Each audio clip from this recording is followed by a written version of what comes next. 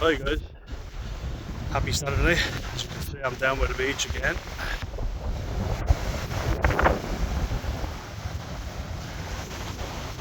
Not sure if the sun's going to come out or not, but we shall see. Still, my happy place, the place that I feel happy. So I thought I'd cycle down, go for a walk and a swim. Keeps me well. Now, I released a video earlier, a short video. I was asking you guys what kind of things make you feel suicidal? What made you feel suicidal in the past? And how do you deal with it on a daily basis? Because it's a daily battle, isn't it? It doesn't just go away. And then that kind of led me to finally working up the courage to make a video that I've been meaning to make for a while. You know, and I do talk about thoughts of suicidality. I do talk about depression quite a bit. I understand that. I know it sounds like a broken record, but this is going to be an in-depth discussion, you know. Sometimes it's not always clear to me what's causing it, what's making me feel suicidal, you know, and what's made me get to that point where I feel like I have to take my own life, you know, because, I mean, I laugh, but it's a very serious thing. Of course it is.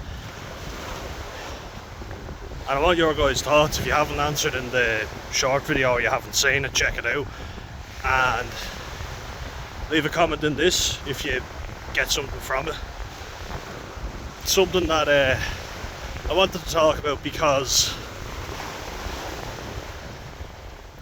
depression, one of the core symptoms is waking up very early, or, you know, not sleeping properly, or sleeping too much.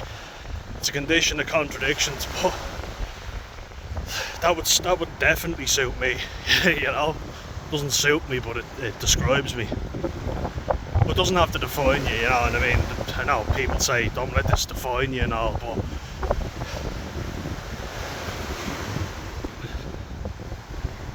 people say when they wake up early, you know, that's the key to being productive, isn't it? Waking up early. And I am productive, you know. There's some days where, geez, I'm in bed till 2 o'clock in the afternoon and I need that sleep. That's the thing though, I need it, you know. Whereas I wake up at 8 AM like I did today when I don't have to, and I feel awake, you know, I feel alert. I don't feel tired, I feel like I'm ready to get out of bed, you know. And I've done the dishes, I've walked the dog, cycled down to the beach. But I feel worse than I would have if I'd slept in till 2 PM. Why? Because my body needs it. But the annoying part is your body clock gets thrown all over the place. When I wake up this early, I feel shit. I'm up before everybody else, so I'm on my own to ruminate and have negative thoughts. I start looking up all kinds of shit on my phone. I start feeling really bad. So I thought, no, I'm not going to do that. I could turn the phone off, make a video on my own.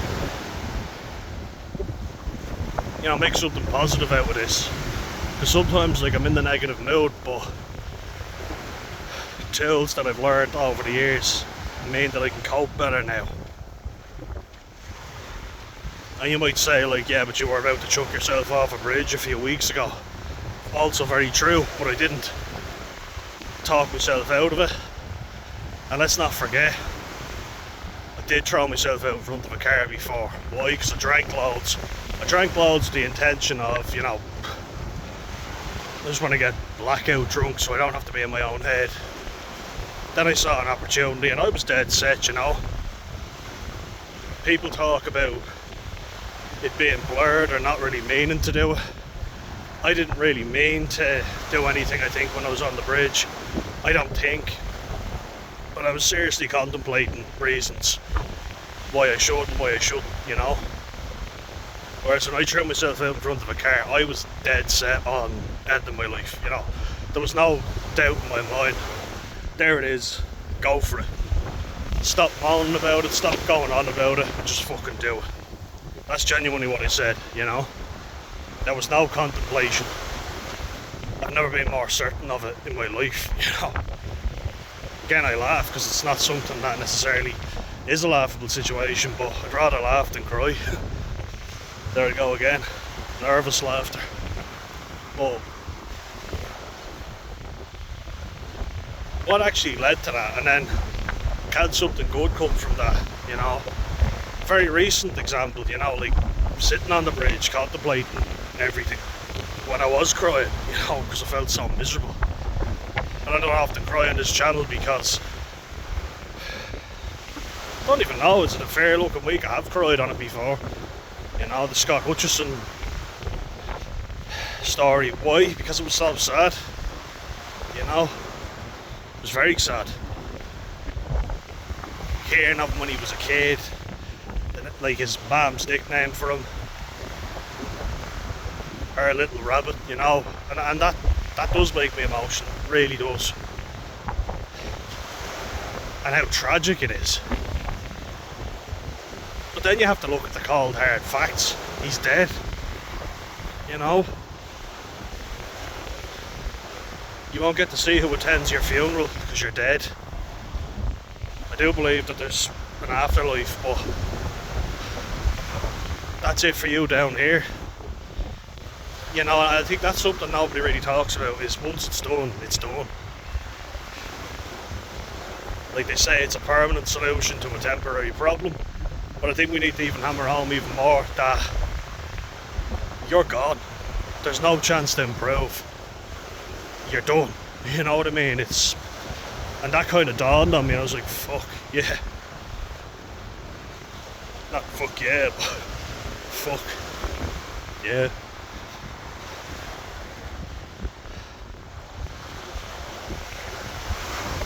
And I've been looking at analytics on this channel and people that watch more often, you know, who's the people that tune in, where are they from, what age range.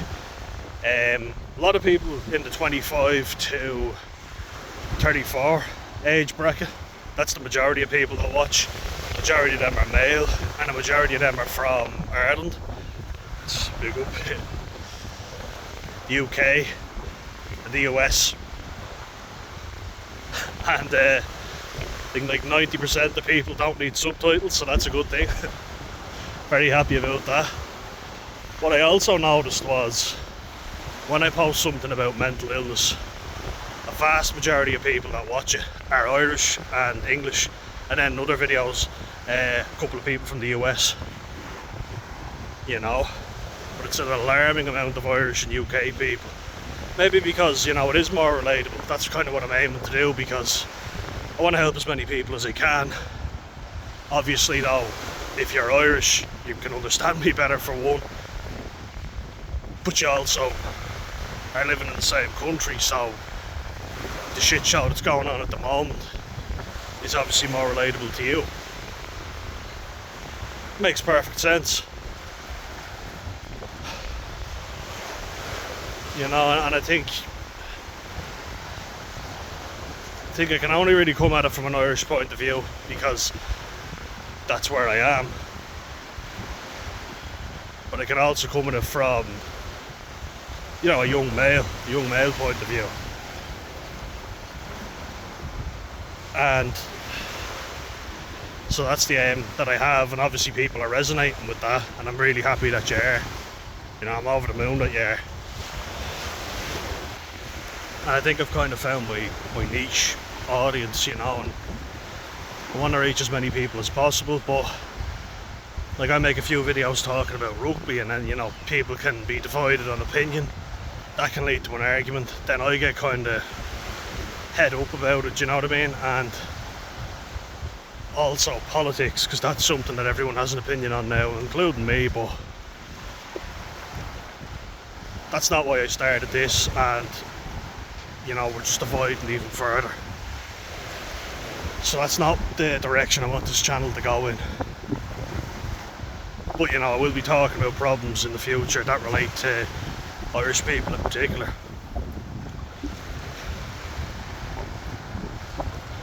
But talking about this topic, and if you get something from it, please subscribe. Like, there's, you know, there's over 80% of people that watch it don't subscribe.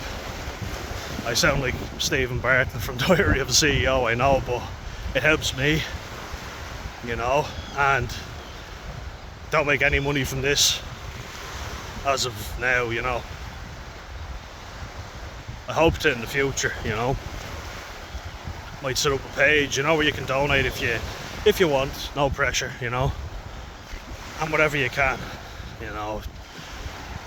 Times are tough, I know, so won't be asking for massive sums of money off anyone in particular. Whatever you can, that's absolutely fine, but not the reason I started this, you know. It's just to make it, maybe make the quality of the videos better in the future, invest a bit more in it, because I haven't got an awful lot of money to do that, but at least people are getting something from it anyway, so here goes. So when I talk about suicidality and, you know, people attempting suicide, every story is very unique, you know, and, you know, no two people are the same, that's very true. And unfortunately, it does fall on you, you know, you to sort yourself out and to deal with the problems, you know, and that's something that I didn't think of. Just while the turns are going mad, look at them. Insane.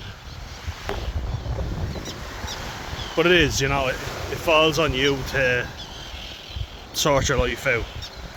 You know, as harsh as that sounds. That doesn't mean that you don't need help. You can't do it alone. I believe that 100%. Actually physically making a change, that's something you've got to do. Reaching out for help, that's something you've got to do. That's something I've had to do, you know, so that's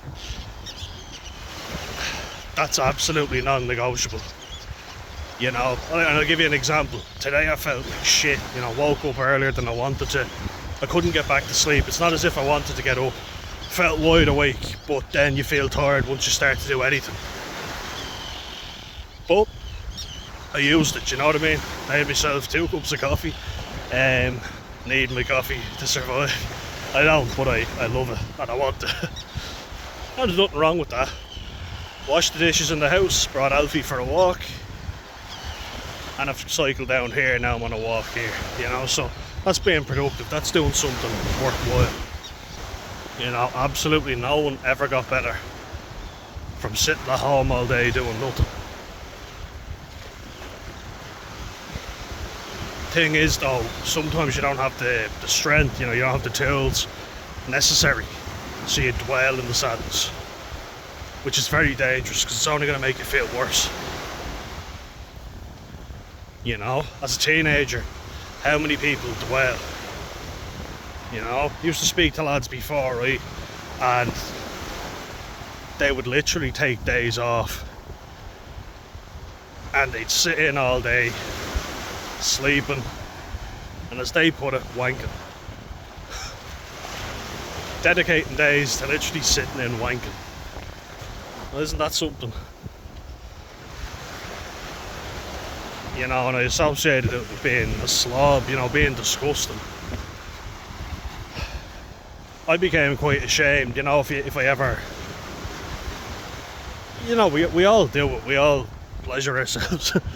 Especially men as teenagers, but I became ashamed of that at a certain point, you know, and on a serious note, I know it's a laughable topic, but it's something that became a real source of shame for me, you know, and you hear these things of semen retention, and does that work for you? If it does, let me know, but I've just found it keeps me up all night. As the saying goes, you can beat an egg, but you can't beat a wank. But you might think, where the fuck is he going with this? Like, talking about suicidality and wanking, but I used to feel ashamed, you know, like I wasted a day. You know, when you sit around and you're unmotivated, and so you might watch porn or something. You know, instant gratification. You might drink an energy drink to give you that feeling of dopamine. You might take drugs, you might smoke cigarettes. give you that instant hit, you know, a dopamine that you need. And when you're a teenager, that's very rewarding, you know, that's easier to come by now than ever before, pardon the pun.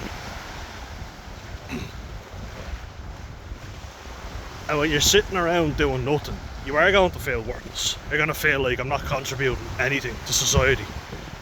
I'm absolutely worthless. And I used to be so, like, I mean, I say it as if it's a thing of the past, but for me personally, if I'd go outside and I was on my own, I was like, oh, what a loser, you know, walking places on my own. That was an absolute no-no. No. I was way too anxious to do it. I didn't have the mental strength to do it. Because I was afraid of someone shouting at me or calling me a name out a car window, you know, big man, brave. But now I have the mental strength, and I don't have the presence of someone who could be spoken down to because I've worked on it. Which you have to do, you absolutely have to. It's not easy, trust me, I fucking know. It's very difficult, as a matter of fact. And you know, some people don't work on it. A lot of people who things come naturally to, you know, what's easy for them, I think they don't appreciate putting themselves out of their comfort zone, you know. It's great to be naturally gifted at something, but I say hard work beats talent when talent doesn't work hard, but I think there's always an area where we're struggling. I think the teenage angst that we talk about, that's something that is very real in everybody. And that's where the negative emotions start to come in, you know. Teenagers are known for being lazy, teenage boys are known for flogging the bishop a bit too often. Baiting the badger, whatever you want to say. But I start looking up all these forums and, you know, how pornography addiction can destroy your mind, and, you know, the benefits of semen retention, and I did that to the max, as I say, over 3 months without touching it, playing with myself. No, Prozac definitely helped with that. But I think what we don't realise, and this is the big one, as shit as school can be, and, you know, that environment, and it is negative, you know, it's very negative, but it keeps us occupied, it keeps us busy. And that's the thing, like, that's the reason why I don't think I ever attempted to take my own life when I was a teenager. So I used to come in miserable, you know, just grey face, miserable expression. I felt like a zombie. I could barely get anything done, but somehow I managed to get myself in the gym, rugby training. You know, I was always busy, I was always occupied. I don't know how I did it, but there was always something going on, so I never had to look within and think, oh yeah, I'm not doing this, or I still had a lot of problems, you know. So, like, to speak to my own example and why I believe I became suicidal, there's certain things I had to accept about myself that I didn't want to, you know, I didn't like admitting them. It was very difficult, but I think I have to admit them in order to move on and grow as a person. And I think the fact that I didn't sit in my arse today dwelling is a sign of how much I have grown. I would have sat there feeling miserable, you know, thinking, oh, I feel like shit, you know, the day is wasted. No, because I can control it. I can get up and I can do stuff. I can do stuff for other people. I can wash the dishes, I can bring Alfie on a walk. I'm not going to call him the dog. No chance. He's more than that. He's a brother.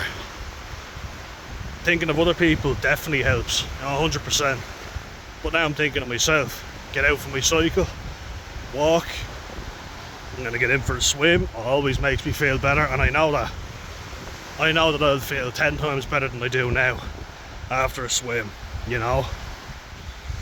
There's nothing worse than feeling unproductive and feeling like you wasted a good day. You know?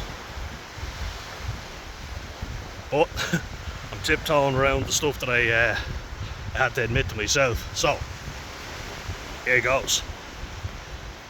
Whether I like it or not, I have a neurological disorder, autism, which I talk about a lot. But I have to talk about it because it's part of who I am, whether I like it or not. Now, that can be used as an excuse to not grow as a human being. You know, I do hear a lot of autistic people who don't try. And look, it's a spectrum, there are different levels of it. But I was classified by a principal in a primary school as the worst case she'd ever seen. So cheers for that, yeah. Like people pointing the finger, you know, you're a bad kid, you're always in trouble, you're always doing something wrong. When in reality, people were pissing me off and I reacted to it. That's on them, that's not on me. I felt like a terrible kid, I felt like I ruined people's lives. My family in particular, you know. The amount of guilt and shame that came with that. It's crippling, you know, it's so crushing.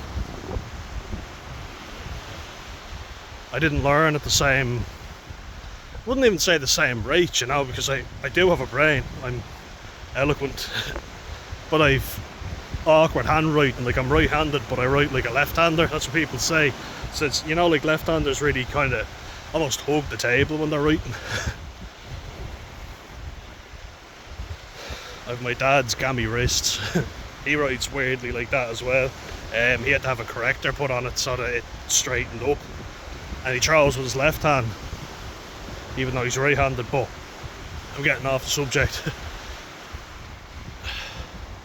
I always wrote a lot slower than everybody else. That's a sign of autism. It was always very awkward handwriting as well. It's very difficult to read. That's difficult. You know, people would look at it and go, oh my god, I can't make out what this is. Now, I kind of laugh about it at the moment, you know, I don't really care about it. It's my handwriting and either you can read it or you can't. Doctors always have bad handwriting, so there you go. Maybe I will be a doctor one day. Just gonna turn around.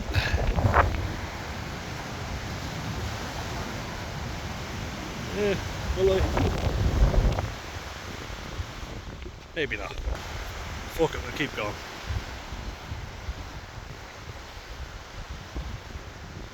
Yeah, you know, there's the handwriting.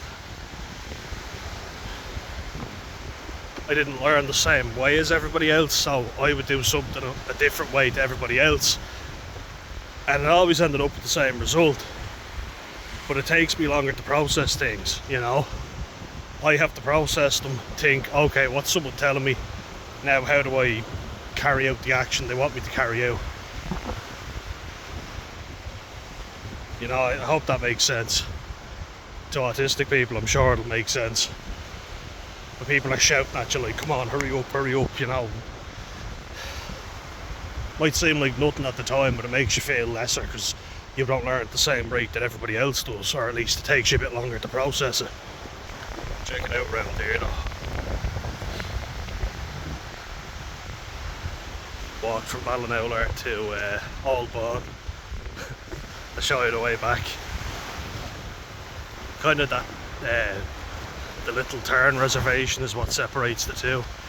As you get past that, that's when you start to get to Ballinowler from Aldbourne and vice versa. It's lovely.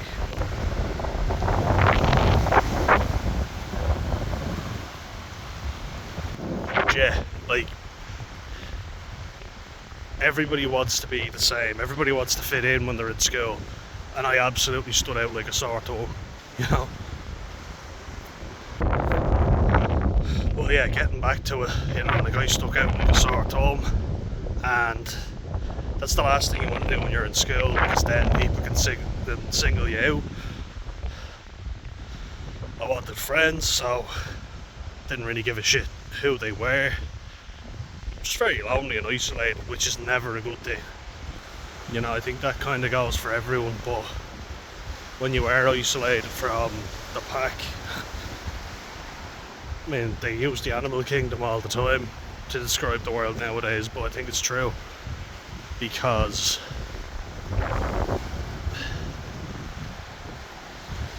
when a wolf gets cut from the pack, they die, you know.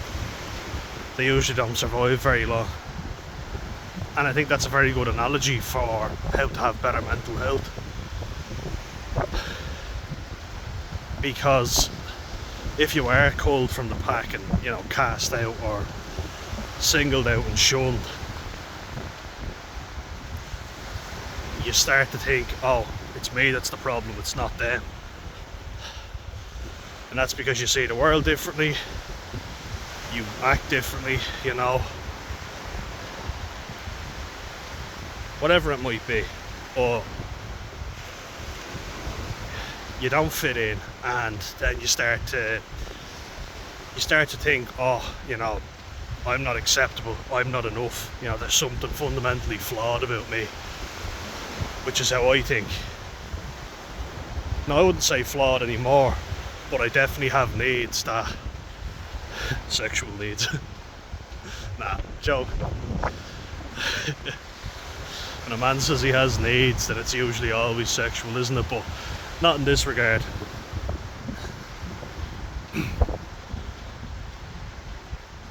You know, I will need more time to complete tasks. That's a given. Because under a lot of stress, I have actually done well, but I don't get better at it. Well, I do get better at dealing with it in some ways, but it wears me down, to put it that way. And I think it wears us all down, you know,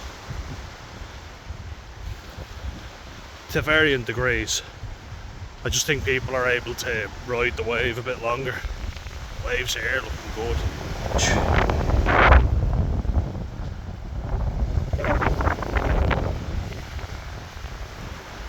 It's lovely. But yeah, I think it's a good thing that I'm figuring this out now, you know, so I don't have some breakdown in my 50s, you know, when you have more responsibilities and things that you have to get done. Then you're kind of like, oh fuck, you know, my life is over. But thank God I haven't ended it prematurely already, you know, and I do count that as a blessing. But yeah, being isolated and not fitting in, it's definitely tough, and it's not just in one area, you know. In football teams, in Gaelic teams, rugby teams, I was always very anxious. I didn't know where to find a common ground with the people I was training with, you know, and I was thrown into teams that were older than mine, and because I didn't vocalise it, because I couldn't, you know, at one stage I could barely talk to anyone. I just didn't have the social skills, you know, and that's something that I had to work on 100%, you know, and that's my responsibility, and I accept that 100%. You know, it's like when you think, oh, I want and I deserve a girlfriend, you're kind of like, no you don't. And I can see that from a woman's perspective, a woman's perspective, a women's a women's.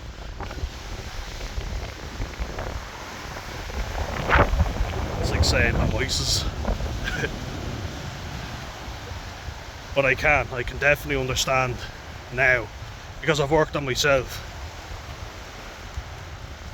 But a lot of people, those social skills, you know, and girlfriends, they just come naturally to them. You see it, you know, you see the guys who are just able to pull girls easy. They've never had an issue with it. It was never a problem. So they take it for granted. You know, there's a certain expectation on you that you'll have achieved relationship status, or you'll have been in a couple of relationships at a certain age, and that's not me. So I'm like, well, what's wrong with me again? You know, everybody else has done it, I haven't. So what is wrong with me?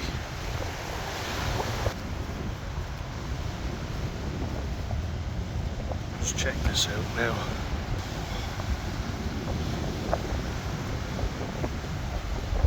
Something to make you feel better.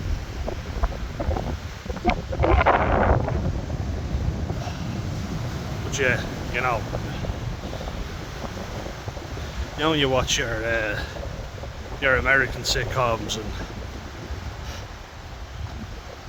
I guess it is culturally different, because again, little old Catholic Ireland, it was very much frowned upon for relationships that weren't marriage. It was very traditional in the sense of you find someone, you settle down, you get married. So I guess that's something that I need to take into account as well, is that it's still there, but it's become more free, where you do date people more, and that's kind of more socially acceptable now, but it wasn't always. But yeah, like I would say, from when I've grown up anyway, there were people getting into relationships probably too young, if I'm being completely honest, like very young, and not being mature enough to deal with them. And I think we've gotten in our ways now where lads will stay with a girl just to get sexual experiences. That's literally it, and I'm kind of glad that I didn't sell my morals for that. I went on a date with a girl, we didn't get on. Not that we didn't like each other, but I just didn't click with her. So I said, nah, look, I don't really want to go on another date with her. I was a bit nervous as well, but it felt like dragging blood out of a stone. I was doing all the talking, so... But I thought, look, no hassle. We just didn't click. So that's that. But people will force it, literally, to get some sexual gratification out of it. I have friends who've openly admitted to me that they've cheated on their girlfriends, and their girlfriends have cheated on them. And they're kind of losing attraction for each other. But yet they're talking about when they get married and have a house and all that, and I'm there thinking, so you don't like each other, but you're going to get married, and I don't want that, I don't want to be with someone who I don't have an actual connection with. I want to be with someone who I love. Maybe I'm getting it all wrong, and maybe it's just a fantasy, But I'm glad that I worked on myself so that I could date, but it's annoying because people will ask you your dating history, and if you don't have lots of experience, and then how far you've gone with someone, your body count and whatever, but people will judge you for it, It's either if it's too high, they'll go, oh, you just want the shag and then leave, but if it's too low, people will start, and I mean they do, they go, well, what's wrong with this fella? For me, it's the latter. It's quite low, not zero, but not very high, and that's because I'm awkward, I don't feel comfortable doing it with just anybody. If you can relate to that, please comment, because that's something that I feel very weird about, But I don't feel comfortable just having sex with anybody. You know what I mean? But the sun's coming out now, which is... oh, is it coming out or is it going in? Don't know. Hopefully it's coming out. That'll be a sign from up above. Oh, but look at the water, it's coming out, Oh, it's amazing. The shine. Check it out. Oh, it's amazing. Can't wait to get in. But yeah, so the awkward part of relationships, and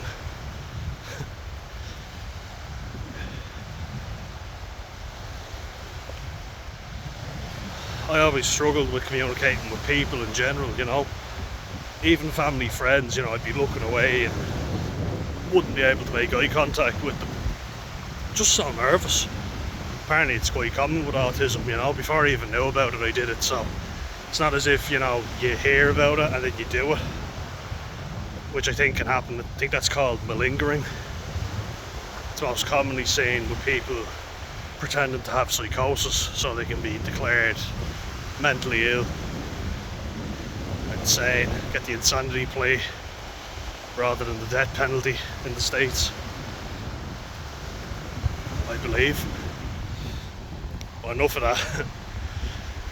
Yeah, that's something for me that most people do. You know, most people have relationships in their teens, and you know, a lot of people did have relationships before then, which I don't think is right. You're not very mature, you shouldn't probably do it, but look, each to their own. And that's the whole talk about unprotected sex. And I struggled big time, you know, to find any connection. Never mind that, I was on Prozac. It kind of felt like a bad joke because I kind of didn't care. I didn't really read about the side effects, to be honest. It was the first ever antidepressant I've been on. I didn't really know what it'd do. Hadn't a clue about it, you know, and all I knew was I didn't feel good to begin with. But I start meeting girls, you know, for the first time, and start drinking as well, because Prozac can make you feel more anxious, which I definitely didn't think could be possible, but it was. Alcohol took that away immediately, without the serious hangover. That came later. And I came never. I was sexually dysphoric. But it was annoying, you know, because I was so naive about all that stuff. Everybody was light years ahead of me on that. And now, not only that, I can't perform because I'm on a medication for this that stops that from working. You know what I mean? It's awkward as fuck. I couldn't relate to lads because they were talking about, you know, how hardy they were all the time. I definitely wasn't. Yeah, just in conversation. I won't go into the gory details of what young fellas talk about, but you can imagine. It's quite grim. Filthy. And some of it when you get older. Well, I am anyway. You know, I'm ashamed of some of the things I used to talk about, genuinely. Not even joking about that. It's disgusting. It really is. The derogatory nature of the conversations. And I played a role in them, you know. It's not giving myself that excuse.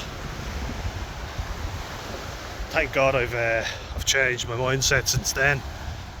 Because as I say, I don't blame a woman for not wanting to go out with me.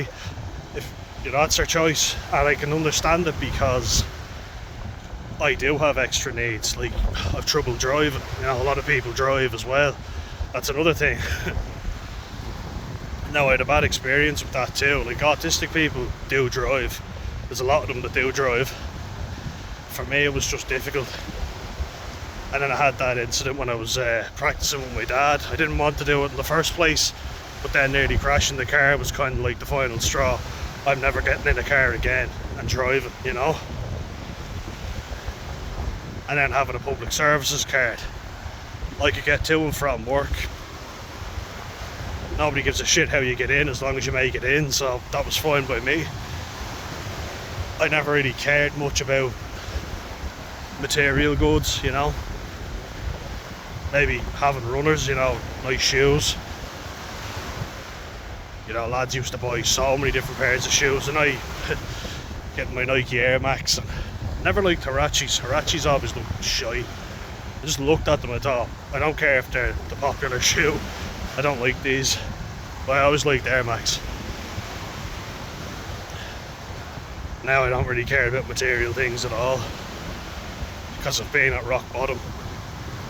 And I know that getting that sorted is all that really matters. It doesn't really matter at all what material goods you have.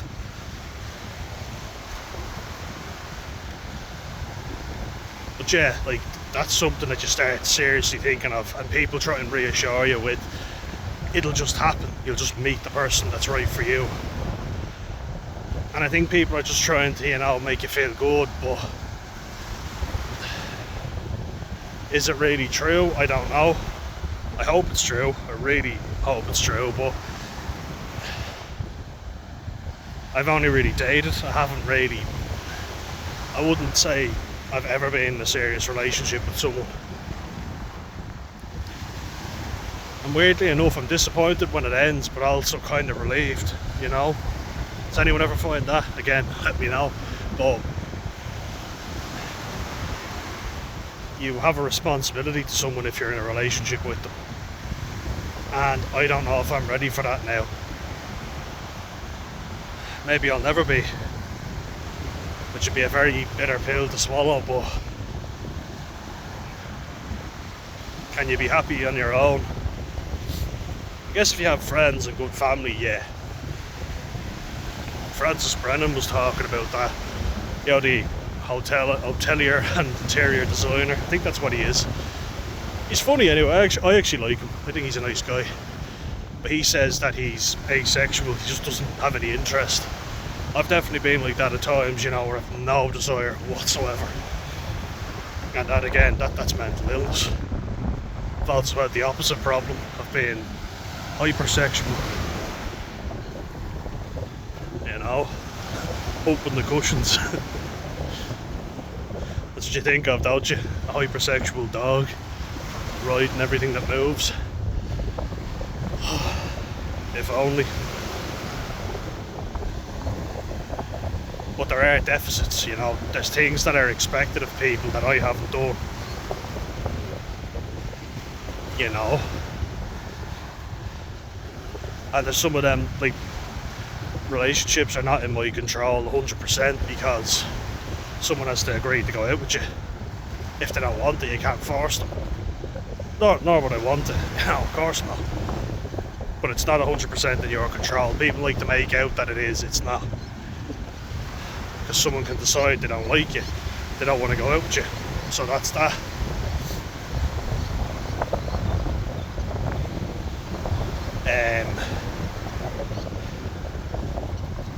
You know, who tunes into these videos? I've no control over who actually watches.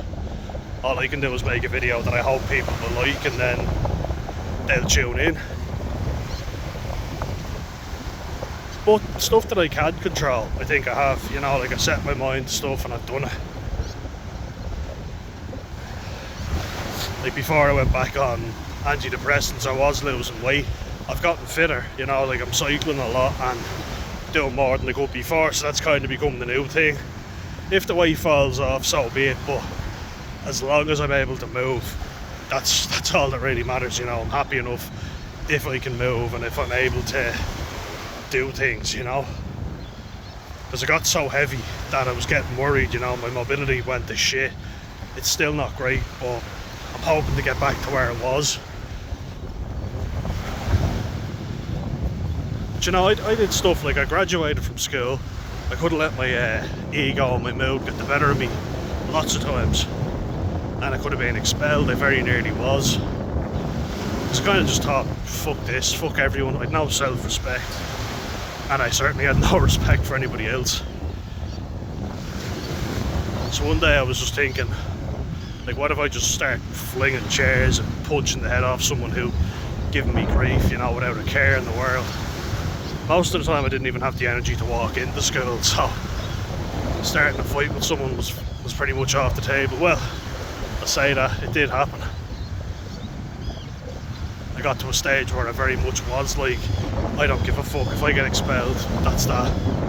But I didn't. Because I kept thinking about my family and how disappointed they'd be in me, and also what am I going to do next. What do you think, fellas? Jeez, I love you. But I didn't, you know. College was very difficult. Like, it wasn't confrontational in the same way that school and other, you know, growing up on the streets. No, but you know what young fellas and the way they can be. So I managed that with nobody, as I say, in my corner in that regard, you know, in the confrontational setting. I had to do all that myself, and it involved sometimes knowing when to pick my battles, because if people are just saying something, sometimes you just swallow your pride and you get on with it, you know. It doesn't sound very good, does it? But unless someone is physically threatening you, you can let it go, you know what I mean? And you should. A lad in my brother's year got stabbed over €20, so let that sink in, you know. over not controlling his ego. Can happen so easily. Now he's dead. People die over the stupidest shit. And I never allowed that to happen. I never had drug dealers call into the house, you know, smashing up the place. Even though I used weed, you know, I never paid for weed. Weirdly enough. Smoked plenty of joints. Not habitually now, but because I could use alcohol, you know, you can buy that in any shop. Nearly any shop. It was a numbing agent. But you know, university as it became. That's right, I went to uni. A gap year from uni. Won't become one of them, I promise. But there was an opportunity given to me to go to university for free. I wasn't turning that down. A lot of people just dropped out because couldn't be arsed, wasn't for me, or some of them were genuinely anxious. I empathise 100%. But I was anxious as fuck. And I thought to myself, this is an opportunity of a free education. You know, and I said to myself, cop on and stop being an ungrateful little shit. You know, genuinely, I did say that to myself, which is probably not the kindest thing to say, but I think it was true. You know, not everybody gets that opportunity, and that's something I was blessed with. Made it through the shit show that was secondary school in general, which was not easy. Soldiered my way through that, didn't give up. You know, failed my first year of college, but I didn't give up on that either. Worked the whole way through, gained a shit ton of weight, unfortunately, but the goal was to get through college, get that degree. So then, like, I achieved that. I went to Longitude Festival with my friend. Went to that, had a great time. Another goal, you know, go to a festival, enjoy it, you know, stop judging everybody else, just go and have a good time. Don't care what anyone else is doing. Just go and have a great time. And I did. I have to say I was delighted I went to that because I had a genuinely great time, and that was something that was a goal of mine for a while. And being undermined by friends, I was like, let's fucking go. But I went with a good friend. We met a few people in there. I know that might seem like something small, but it was a personal goal of mine. Graduating university, I think, is a very real one. Going to my debs, you know, getting a date for my debs and going, having a laugh, having a good time. She might not have treated me the best, I might not have treated her the best, you know, but look, she's happy now and I'm happy for her. Hope she's doing well. Don't wish bad on anyone. I hope everyone's doing well, you know. I think that's the important thing, is not to hold grudges and to kind of admit you probably were in the wrong a little bit as well, you know. I probably was no angel, from what I can recall anyway, being so drunk or stoned, which was a lot of fun. But you say these things out loud and you kind of go, yeah, it was very difficult, and yet you soldiered through it, so fair play to you. But that's the weird thing, isn't it? It's after achieving all those things. Well, my first, and I will say only proper suicide attempt, came halfway through college during COVID times, which makes sense, you know, everybody was suffering during COVID. Weirdly enough, I started training and, you know, jogging with my brother. We started working out. I was at a mate's house having a few drinks, sensibly of course. None of us had COVID, so we were all good. But everything that I've spoken about beforehand, it's a build-up, you know. So I was in my second year of university, because we became university at that stage, TU Dublin, Technological University Dublin. And I remember just feeling like the butt of the jokes all the time, you know. I remember looking at my mates and thinking, they've got girlfriends, they're able to date. When I'm out with them, they're not really great crack, you know, they're quite...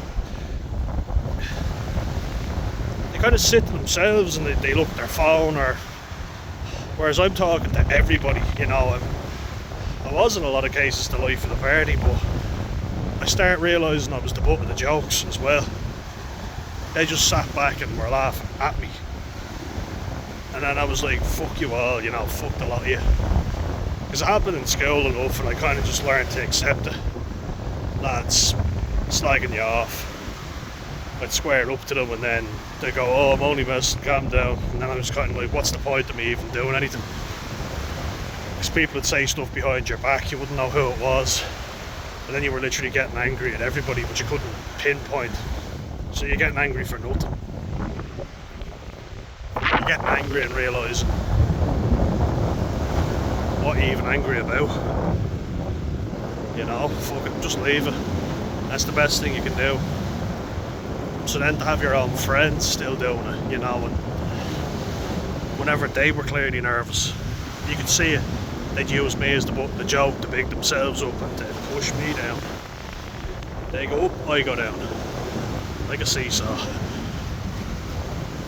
And I was like, well, fuck you then, you know? Everybody else did that to me, and you're supposed to be my mate. Rather than having my back, you're putting me down as well to make yourself feel better. It's like, I won't be fucking treated that way. Then I started thinking, no matter what I do, I'm always going to be the butt of the jokes. Everybody's always going to see me as less than them. I'm never going to find anyone, you know. Because like, I could have a whole room laughing, I really, like, genuinely could, but nobody ever would take me seriously, you know. They'd never see me as dating material. I'd always look after everybody's stuff, hide their shit for them while they went off doing whatever. But they wouldn't appreciate it. And I get that sometimes, look, people looked after me when I was so off my beam. Like, I was gone, blacked out, you know.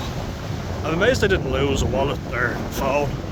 Lost keys, but, you know, everybody loses keys. Nothing very important, because we had copies of the keys, or we could change the locks or whatever. Haven't lost any since we came down to Wexford, so fingers crossed, touch wood, that stays the same. But yeah, you know, the reason I got so blackout drunk is because I was sick of listening to everybody. Getting drunk was easier than rowing with people, arguing, getting all embarrassed and anxious, just getting pissed. It was so much easier, it really was. And it is, isn't it? But alcohol is a depressant, and it certainly did what it says in the tin. I had a good night, but a lot of times I didn't. You know, I'd forget what the fuck was going on and be blacked out.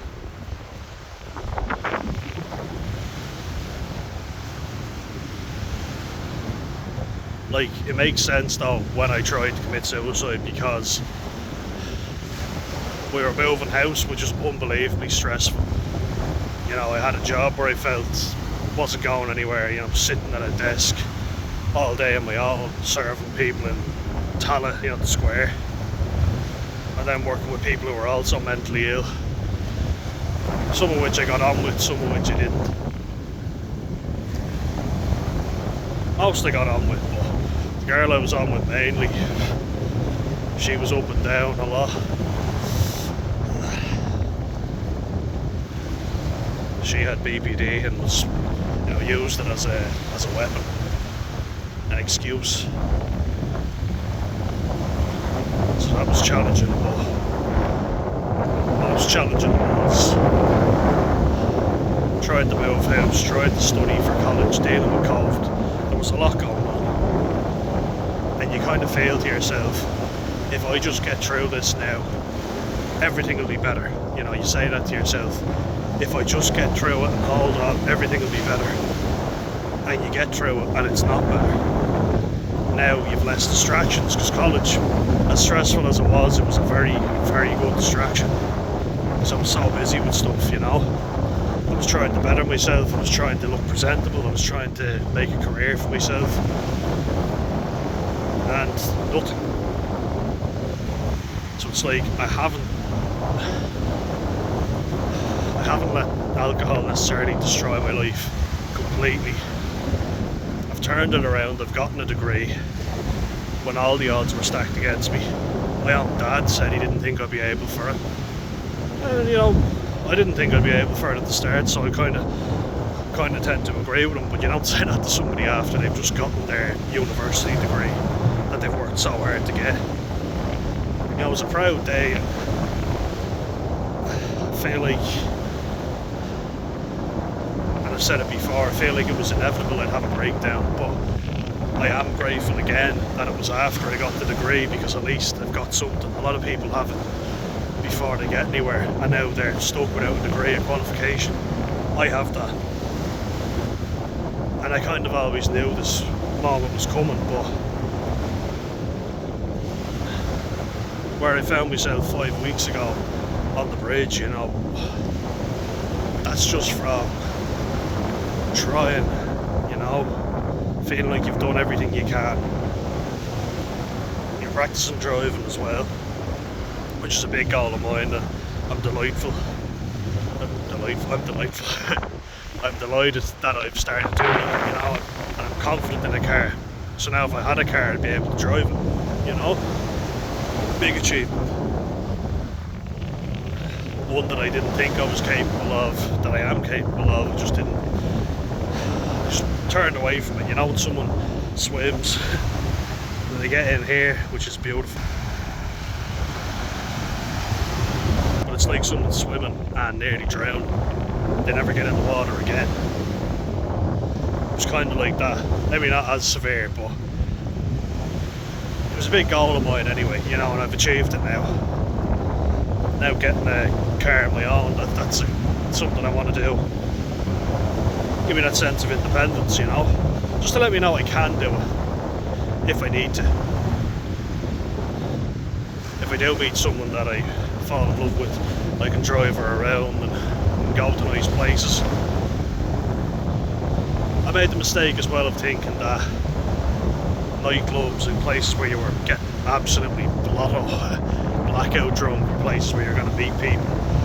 No, absolutely not. Because I've gotten phone numbers from girls from nightclubs, and you know what happens when you call them? First thing is, who the fuck are you? And I'm like, did our love mean nothing? It clearly didn't mean anything to them. It meant everything to me. But yeah, 5 weeks ago, I just felt overwhelmingly anxious. 52 days off alcohol, and I felt so overwhelmed and thought, you know what, I'd love to have a fucking drink right now. And then 1 became 7, maybe even 8, I can't even remember how many. You know, because rugby was something I had to give a break to, because it was just wearing me down so much. But it was something that at least I was showing up for week in, week out, but it caused me so much self-criticism, it caused me to drink. I've got coaching, and I'll go back to rugby when I'm ready to go back. You know, I played a game earlier this year, and it was enough. It was enough. There's a lot of physical injuries you get from it, and in the state of mind that I'm in now, you know, the pills can wear me down. If I get a bad leg injury, I won't be able to cycle. I'm really enjoying the cycling. I'm walking a lot. Not having to explain mad injuries. No, I wasn't in a bar fight playing a rugby game. But that'll happen, you know, that'll all come good in the end. Doing a job, you know, where I had to travel an hour and a half each way to get there. I did that, and people were like, no way in hell would I do that. And I was like, oh, well, I was always thinking, yeah, but people in my generation are just lazy, I just have to work harder than them. You know, and I mean, I do agree, hard work is important, but within reason. I'm kind of thinking now, I've worked as hard as I can, and it's time to do stuff that I want to do, you know? Because I've never done that. I've always done what other people said, at least from 14, 15 onwards, until now, it was always for everybody else. To make my dad happy, you know, to make my mum happy. you know, I did want her to feel happy. She's been through a lot. She has. So has my brother, and us around is not good. I don't want that, you know, because I do love my dad as well, you know. It's just that he puts me in a bad mood sometimes because he just makes me feel like I'm missing out on life. And the reality is I really need to heal. I've been through an awful lot, and my brother keeps saying that you need to heal now, and he's right. He's absolutely right. My dad always said be hard on yourself, and I was like, yeah, he's right, I need to be harder on myself. I am the hardest critic on myself, you know. I'm my own worst critic. So that kind of leaves me to what advice would I give, you know. And this isn't gospel, but from someone who's been there very recently, you know, to sitting on a bridge, and I don't call it a suicide attempt, I call it ideation, you know. Suicide attempt for me, genuine one, was running out in front of that car. I feel like a lot of people say, oh, when I attempted suicide, because I don't think they're doing it out of a bad place. They want people to realise that they were in such a dark place, and I get that, you know, but it's important to differentiate between suicidal ideation, passive suicidality, and active suicidality, you know, where you actively want to end your own life and are trying to do it. I think it's important to differentiate, because if you think, oh, you know, I'm suicidal all the time, you end up stuck. There will be days where you'll feel that way, but like I felt bordering on suicidal this morning, but then, you know, I don't feel great, but I'm getting there. I'm getting better now because I got out and I did something productive. Very minorly now, I will say. You know, shit, you know, think, what's the point of being alive? That's passive suicidality, where you're not actually thinking of it. When you're actively in it, seek help. You know, I have to definitely state that, because I could give you all the advice in the world, but I want you still here on this planet, you know. Keeping you here is my main goal. So if you're thinking of doing something and you're planning it out, seek help, please. Because first and foremost, I want you here alive. You know, as I say, once you do it, you're gone. There's no coming back from it. But if you're passively suicidal, like I have been for the last couple of weeks, my motto would be just go. Just get out of the house, go for a walk, go for a cycle. For me, the holy grail is getting up, walking halved. That usually gets me out the door, and then afterwards, cycle. Just going on a big long cycle, tiring myself out. So to be honest, I haven't the energy to feel suicidal, but I feel like I've done something, you know. Getting down here and going for a walk. Like I've done a couple of days last week, I did 20-kilometre cycles, and my legs were in bits. So instead of that, what I did was I said I'm going to do a shorter cycle, but then I'm going to cycle to the beach and I'm going to walk, and then I'm going to get in for a swim, which I'm going to do now in a second. Keep doing things to keep you going. Get out of the house. Staying in, that's a recipe for disaster. You are going to feel 10 times worse. Nobody ever got better staying indoors all day, I can promise you that. And on a beautiful day like this, at the beach, you know, I know this will make me feel better, so that's why I'm doing it. It's a lifelong struggle, you know. For a lot of people it is, and I get you. It comes and goes for me, and obviously sometimes it comes in such a strong wave that, again, I'm using the sea as an analogy, but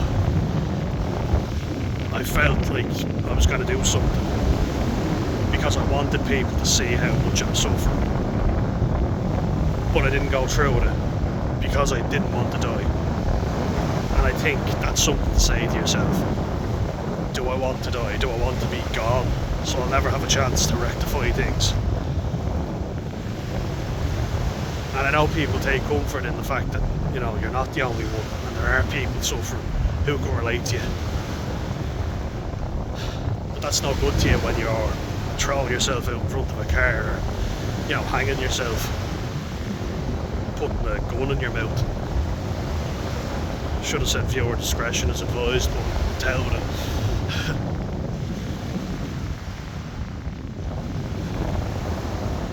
the end of the day, I want you still alive. You know, that's my goal. So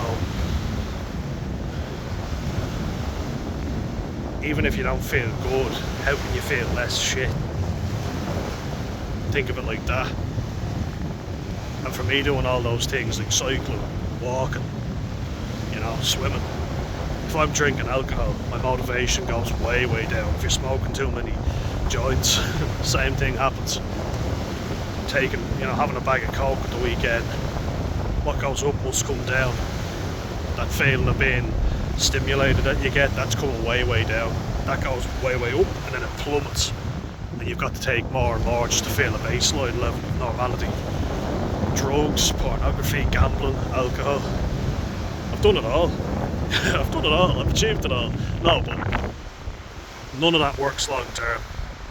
Take it from a guy who knows.